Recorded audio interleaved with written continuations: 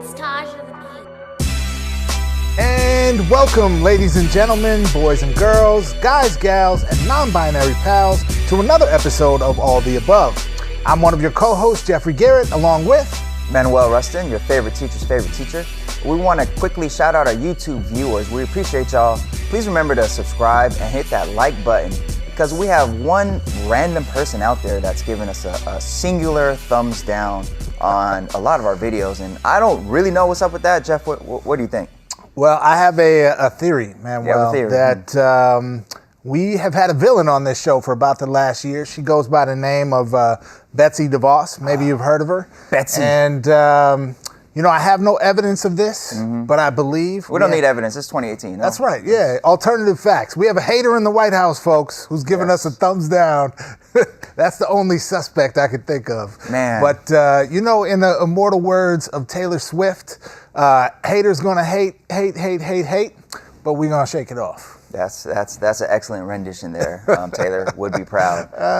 Also, we want to shout out those of you listening to the podcast. We appreciate y'all too. We get it. It's a lot easier for a lot of folks to listen rather than watch the video, especially listening on your commute. We've shortened up the episodes. They're about half hour-ish each, and we hope you can knock them out in a single commute. But for this particular episode, you might want to head over to YouTube to watch it, because our main segment today is something phenomenal, something that we haven't done before on this show. And I think it's something that you're actually going to want to see with your own eyes.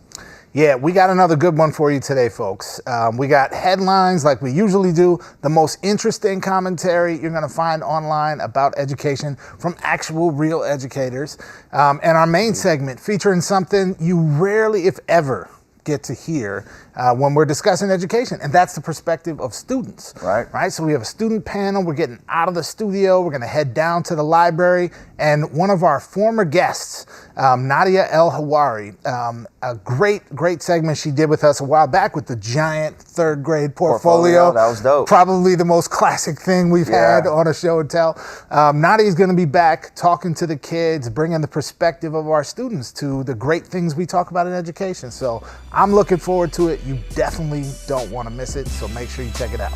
Yep, exactly. But first we have our Do Now, looking at recent headlines in education.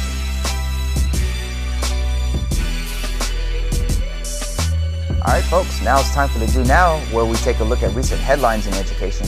Jeff, how are we doing the Do Now today?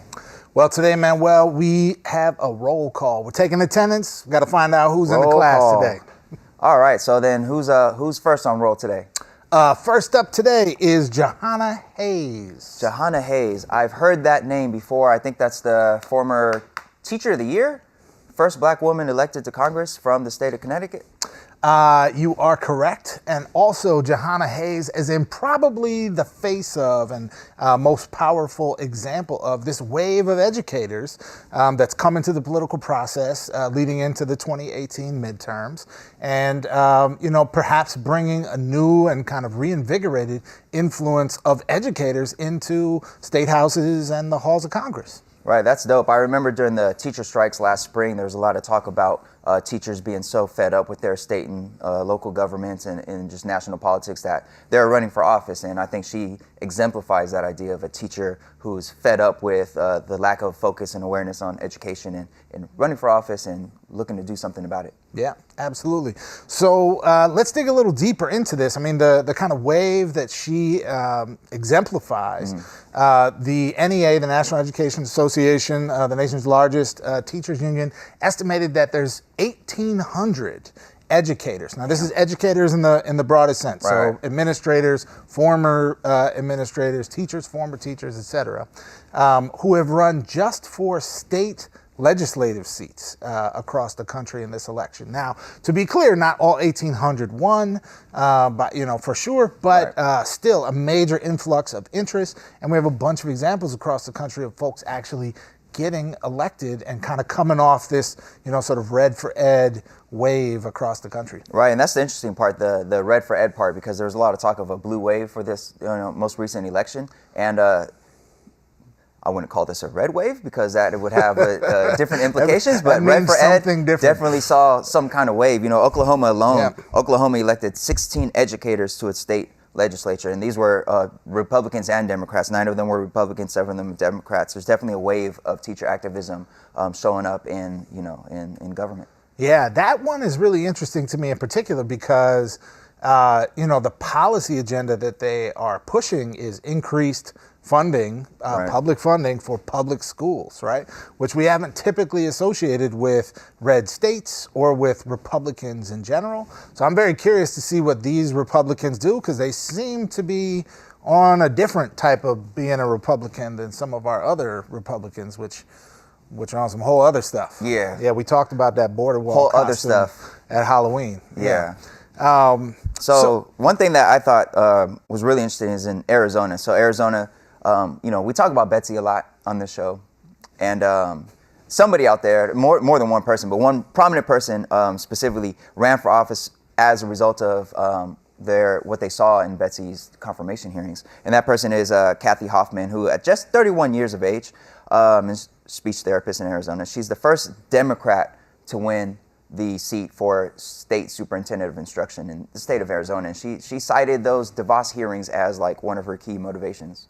I mean, I found the hearings inspiring. I mean, maybe they do need guns in schools for bears, case of bear attack. What are you going to do? Yeah. It's a bear. And special education, what's that? Just, identity politics, man.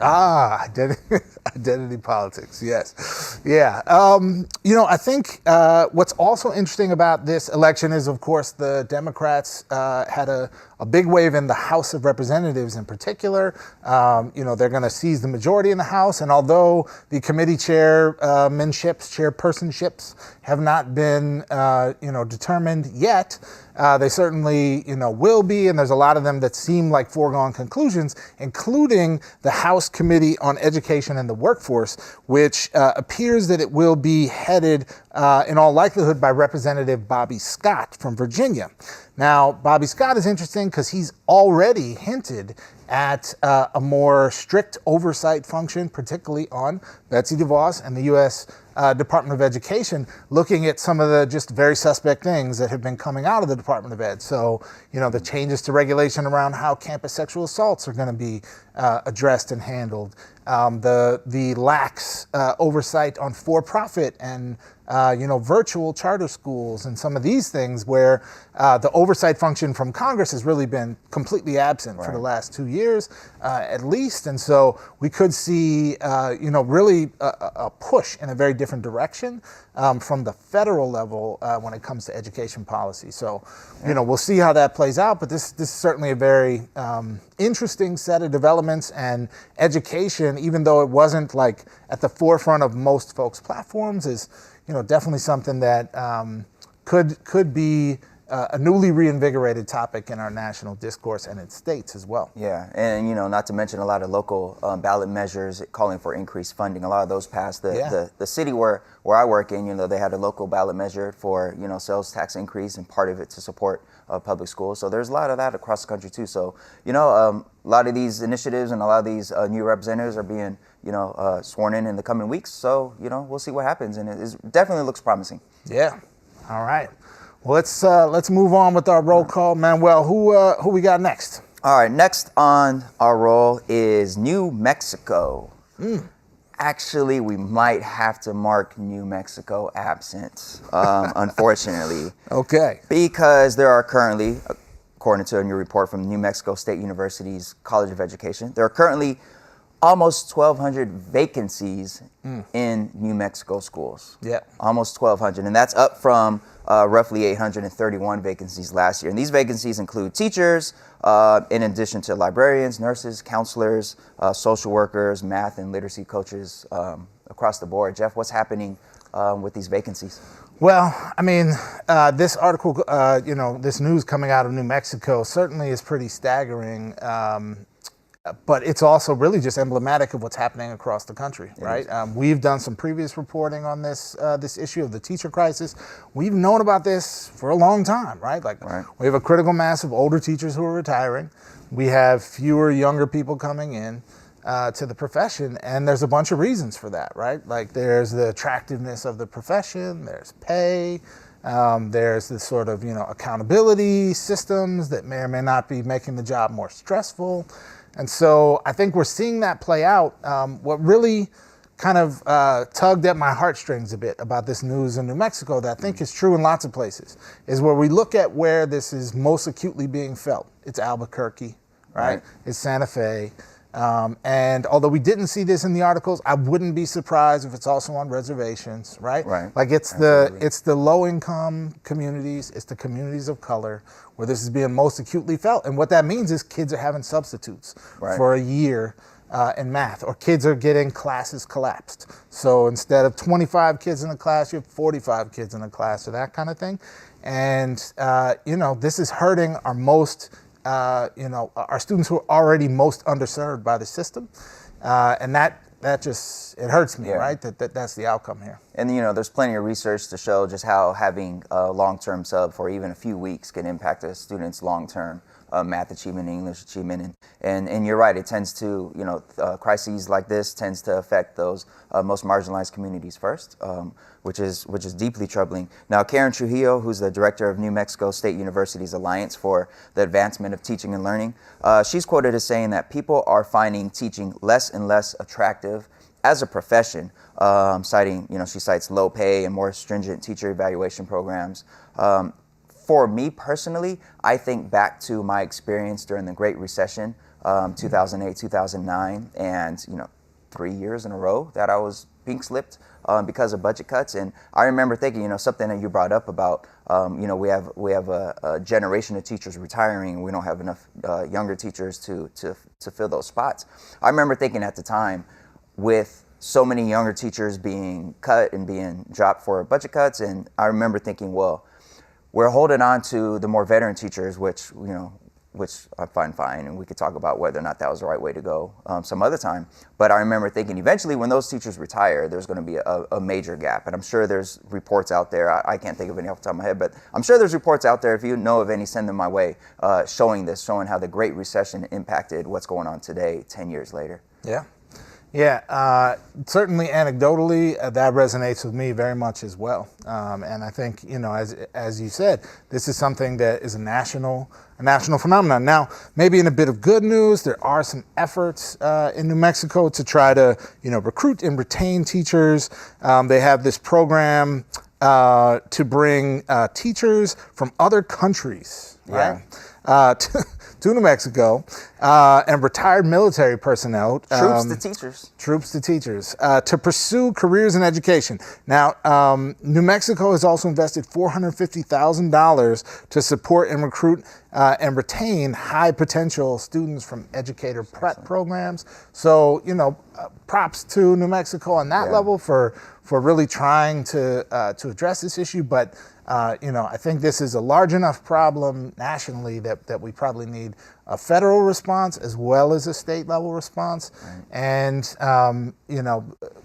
teachers are important, folks. Like, I don't know what else to tell you. You want your kids to read and think? Like, we need some good teachers. So, if you made it this far into the episode and you don't believe teachers are important, then I don't know what you're still doing on our video. So, and I like those programs that you just mentioned, the Troops to Teachers, and bringing in teachers from overseas and supporting promising students that look like they might have a future in education for them. I love all of that. I don't think it's enough to deal with this national crisis. Like you said, some kind of federal response is needed. But I love that New Mexico is really trying hard to find creative solutions to this. Yeah. The great irony of Troops for Teachers is a recent report just came out estimating, and I think responsibly but conservatively estimating, that the United States has spent $6 trillion on the war on terror since 2001. Okay, $6 trillion on active military, weaponry, healthcare for veterans, contractors, all that stuff, right? $6 trillion with a T dollars, right? That's a lot. Think of all that we could do in education with $6 trillion that might be more effective than paying people to be soldiers and then incentivizing them to come be teachers after. You are trying to bring the trolls out again, Jeff. I'm just saying, bring it on, trolls. Bring it. I'm here. Come find me. I ain't going nowhere. I'm here. Go to him, not me. I don't. All right, so next up. Next up, all right. Last person on our list, Manuel, is your boy, Tony Thurmond. My boy TT, Tony Thurmond. Tell me about him. Yeah, well, okay, so for those who don't know, first of all, because we're in California, this has been big news. Tony Thurmond has been a candidate for California State Superintendent of Public Instruction. That's essentially the chief public school position in the state, as it is in many states. And he's been running against a guy named Marshall Tuck. Tony Thurmond is a state assembly member. He's got big endorsements from heavyweight Democrats, right? Kamala Harris, Barbara Lee, and the California Teachers Association, right? Marshall Tuck, also a Democrat, interestingly enough. And he's got endorsements from some big Obama administration officials, so Arne Duncan, and then he's got big money backing from some of the wealthy corporate donors into education, folks like Eli Broad, those kind of folks, right? So really close race, and Tony Thurmond has been declared the winner. Very, very small margin, right? So it went down, to the very end. But Tony Thurmond emerges as our new California State Superintendent of Instruction. Yeah, in a lot of ways, this race was sort of like a proxy battle, it seemed, between pro-union forces and the more school choice charter branch of ed reform, which look, as a Californian, seeing so many of the political ads from both candidates or in support or against each candidate, I really saw that a ton of money went into this race. I can't really tell you from previous elections much about any of those races because I don't remember seeing many political ads and endorsements for previous state superintendents. But this race was all over the place. I mean, my mailbox was flooded with mailers from TV commercials. Yeah, every real day. Negative stuff too. Oh yeah. Yeah. Tony Thurmond hates children. Marshall Tuck, the teachers voted no confidence. Apparently these are the two worst human beings on the face of the earth, and I don't know why we want them to be anywhere near the schools if you believe all the ads. Either of them, right? Yeah, but from afar, if just looking at either candidate, one like you said, Tony Thurmond, a assembly member with union backing, and you look at Tuck, then Harvard MBA, spent some time working on Wall Street, and spent some time working for a really large charter organization. So that alone, as a proxy battle between sort of traditional union forces and the perhaps for-profit or at least open school choice forces. Diane Ravitch, who's criticized charters immensely, was very, very excited to see Tony Thurmond when she tweeted in all caps about his victory, which I think goes to show she's not it's not so much just about California. It's about this larger battle between unions, especially in the post-Janus era, and school choice. And this is an ongoing battle. Both were Democrats, like you mentioned, but that does not mean they're cut from the same cloth. Yeah, what I find really interesting about this story, Manuel, is that they're both Democrats. They're not all that far apart on a lot of the big policy questions, right? But what is radically different, both about this election and both about them, is how money has influenced this process, right? So this has, by all accounts, become the most expensive statewide education election in history. So well over $50 million spent on this campaign. Now, of course, most of that is independent expenditures, but let's be real. Our political system is essentially legalized corruption and bribery, right? So these independent expenditures coming from corporate folks and billionaires or coming from the unions are definitely being given with the assumption that there'll be a return on investment when these folks are in office. And so from my perspective, even though we're talking about, a Democrat either way, even though we're talking about folks who are, neither of whom are the real privatizer wing of education, at the end of the day, this really highlights to me some of the big problems with money and politics in general, right? Because how can the public have faith in candidates when so much money is being pumped into the election? I'll be transparent about my own perspective on this. I find union money to be less problematic than corporate money, but I definitely still find it to be problematic. I don't want a candidate who is beholden to a union any more than I want a candidate who's beholden to, Walmart, right? And I'm not saying that's, those two statements are quite so simple for Thurmond and Tuck, right? But the question kind of still remains, right? With this much money being pumped into this election, what does it mean about these candidates being beholden to interest versus being beholden to an agenda and a constituency that voted them in? Yeah, we'll see. I mean, Tony will be taking his oath of office really soon if he hasn't already, and we'll see what the outcome is for California, and then we'll see in a few years what the outcome is for other states and other races across the nation. So yeah. All right, folks, that's it for today's Do Now, and next up we have, as promised, a very, very special segment that you're going to want to see the video of this. So if you're listening on the go, thank you, and remember to hit that follow button. But you'll probably want to head over to YouTube as soon as you can, or go to our website, aotashow.com, to watch video of these amazing students speak their truth about their educational experiences.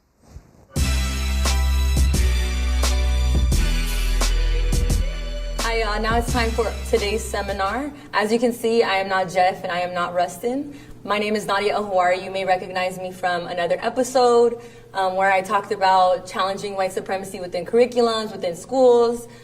Here I am again, moderating a really, really powerful discussion with some really dope high school seniors. Many of us educators and policymakers have so much to say around schools and education, but it's so essential to have students' voices at the center of these topics and the centers of these issues. With that, let's begin with some intros. If you can just start off. Hi, I'm Leela. I'm Reggie. Hi, I'm Emily. I'm Trey. I'm Brandon. Hi, I'm Kelsey. So, I know this is a real touchy subject. Working in schools, I definitely see a lot of my young women and my young boys talk about dress code. So, how do y'all feel about the dress codes at your school and the dress code policies in general? I feel like, do I go first? I feel like they banned like irrelevant clothing items. Like the reason why they banned like tube tops and do-rags is because like the reason was to be professional, but then again it's kind of like limiting the students' creativity and then the stigma around do-rags itself. Like, Terry, do you want to go into that? Well, for do-rags, nowadays it's more of like a fashion statement, and nowadays it's to keep hair like nice. It's to keep my hair nice. Or like people that are just trying to do stuff with their hair. Can we do a wave check right now? No, wave check. No. Y'all should do it. Basically, but like back then it used to be like seen as a gang thing, so it's not really that. But it's not no more. Yeah. It's fashion. Like there's different types of do-rags. There's a whole bunch of different colors, and a lot of people express themselves with them, with do-rags and the way they colors. And a lot of people have different colors, and they want to show you they want the colors, but then our schools want to ban do-rags because of things of the past, but like it's the future now, so like we should move past that. Yeah, and getting more into like the more serious topic, how clothing for females, I don't think there's that like they ban so much, but for males there's really nothing banned, and it's just our do-rags, and that's not even like something all males wear. All girls can really wear tube tops, short shorts, but it's like they say it's for a professional state, but like not everybody's trying to go into a professional like job or like work a 9 to 5, work like in a cubicle and all that stuff. So Yeah, and then like also for like with the dress code, like for girls, like they say that we can't wear tube tops or crop tops. We can't even wear spaghetti strap tank tops because it shows our shoulders. And personally, I feel like if they're putting those bans on our clothes because they don't want us to act as a distraction. And as much as they try to argue and say like, no, it's so we can prepare you for professionalism, it's not, because like they're not really keeping up with the trends. There's like a huge trend going on now for like women to actually go forth with body positivity. So a lot of girls aren't even wearing bras anymore with some of their articles of clothing. And like for me personally, when I didn't wear a bra with a shirt, I had a male administrator pull me aside and say like, oh, well, Leela, I don't have a problem with what you're wearing, but there's a bunch of boys who keep coming up to me today and kept saying like, oh, like, do you see what she's wearing? Like, oh my gosh, like, do you see her chest? And it's like, why are you sexualizing my body? What I choose to wear, you shouldn't really be that focused on. Like, and half of you don't even know my name. So look me in my eyes when you talk to me and don't look down at my chest when we're having a conversation.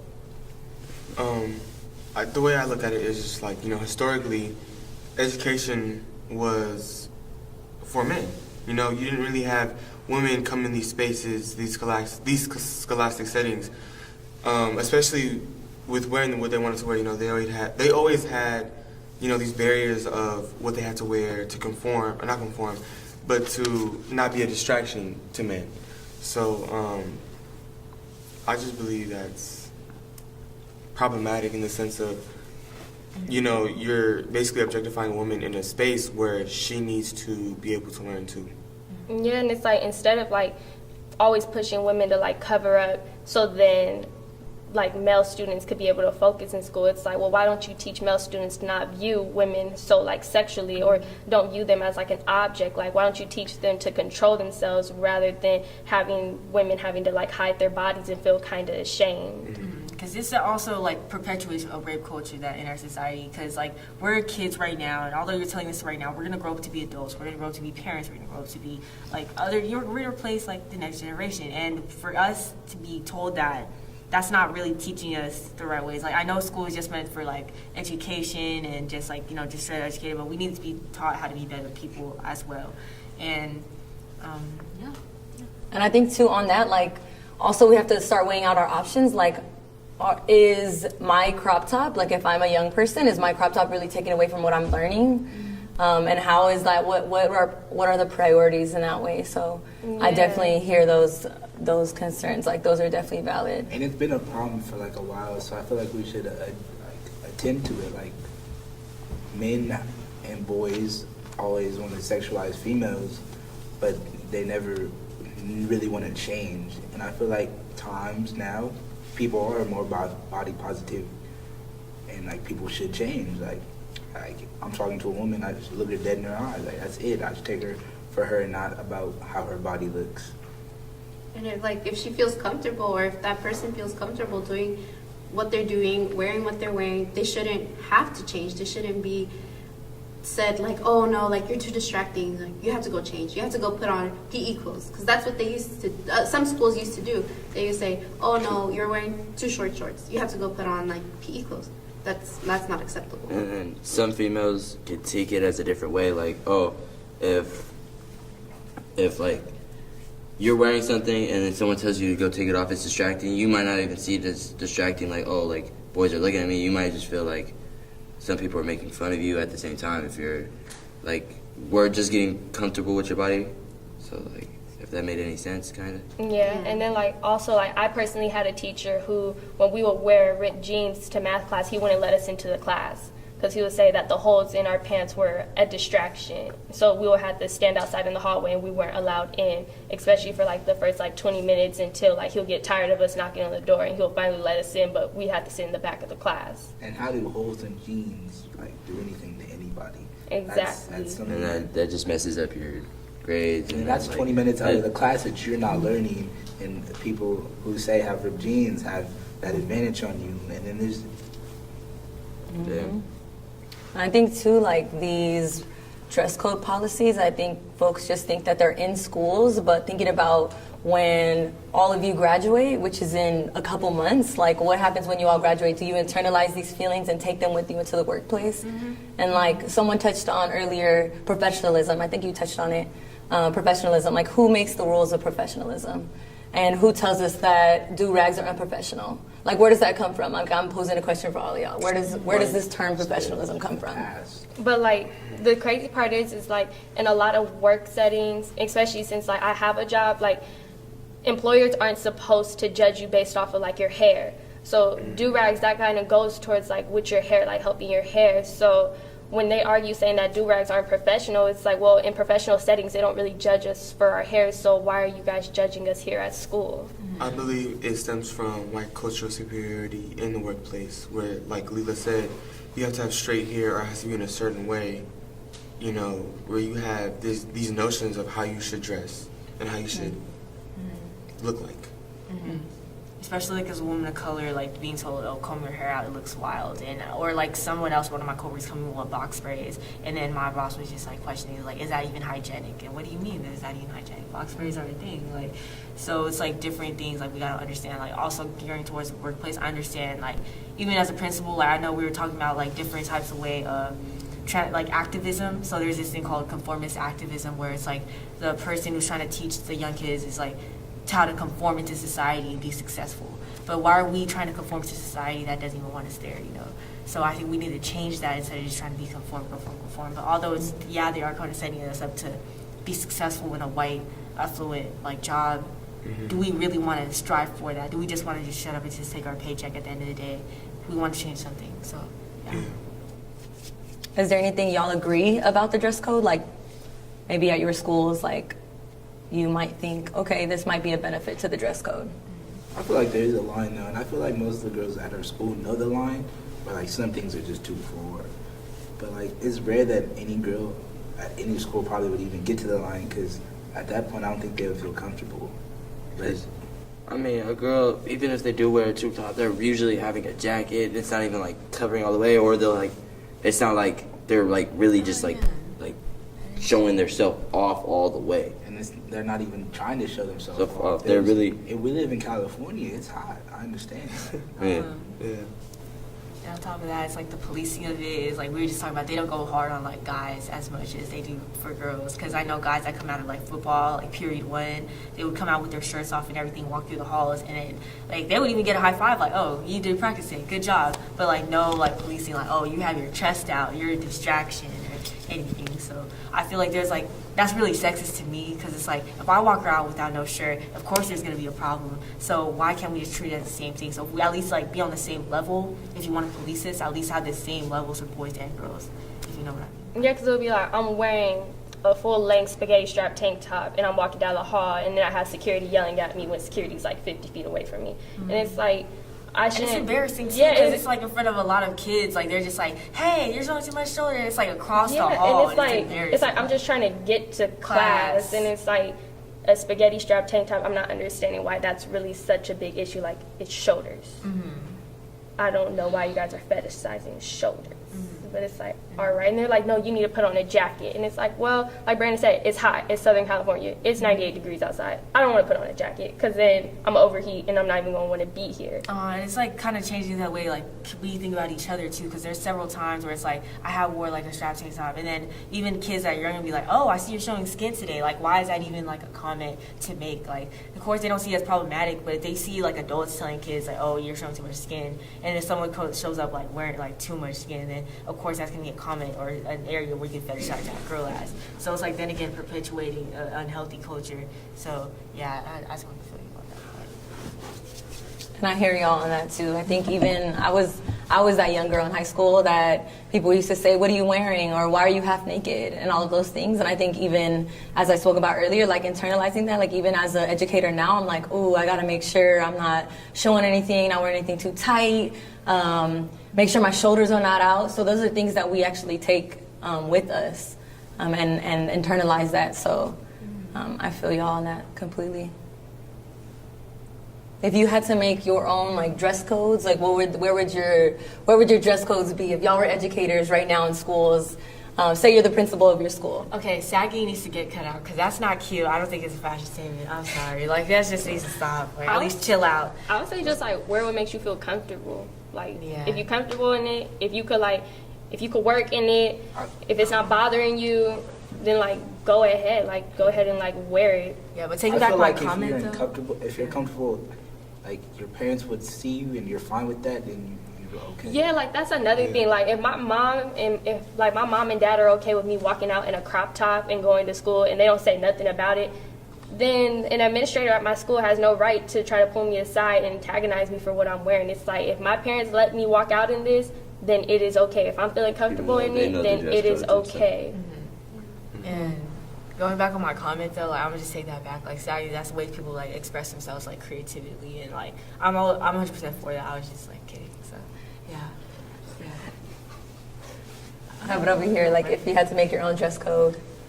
Yeah, like going off of what Lila said, like if you're confident and if you're comfortable in it, you can do what you need to do at school, and there's like, you're not distracting yourself and like worried about what you're wearing, at the end of the day, there shouldn't be a problem about it.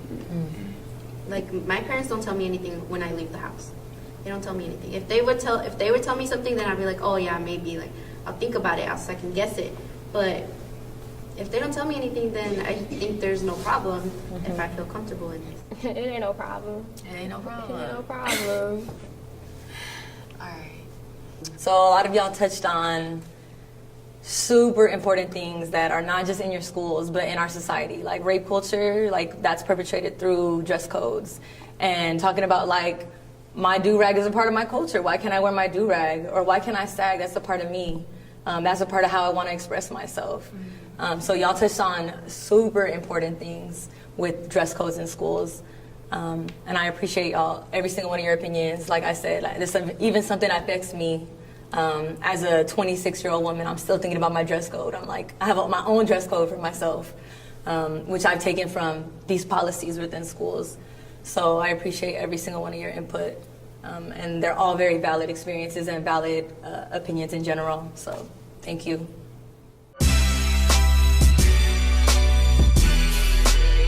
All right, folks, we have come to the end of our episode, and it's time for today's Class Dismissed. And I have the distinct privilege of giving some serious props and recognition to some folks who are a long ways away from us. We're going all the way across country to West Orange, New Jersey. This is a suburban community just outside of the city of Newark. And some of you probably remember that around mid-November, right before Thanksgiving, the whole Mid-Atlantic and Northeast got blanketed with a big, totally disruptive snowstorm. Right. So big nor'easter. And for us, lightweight Californians out here, that means a big storm, lots of snow, roads shut down, hot mess, right?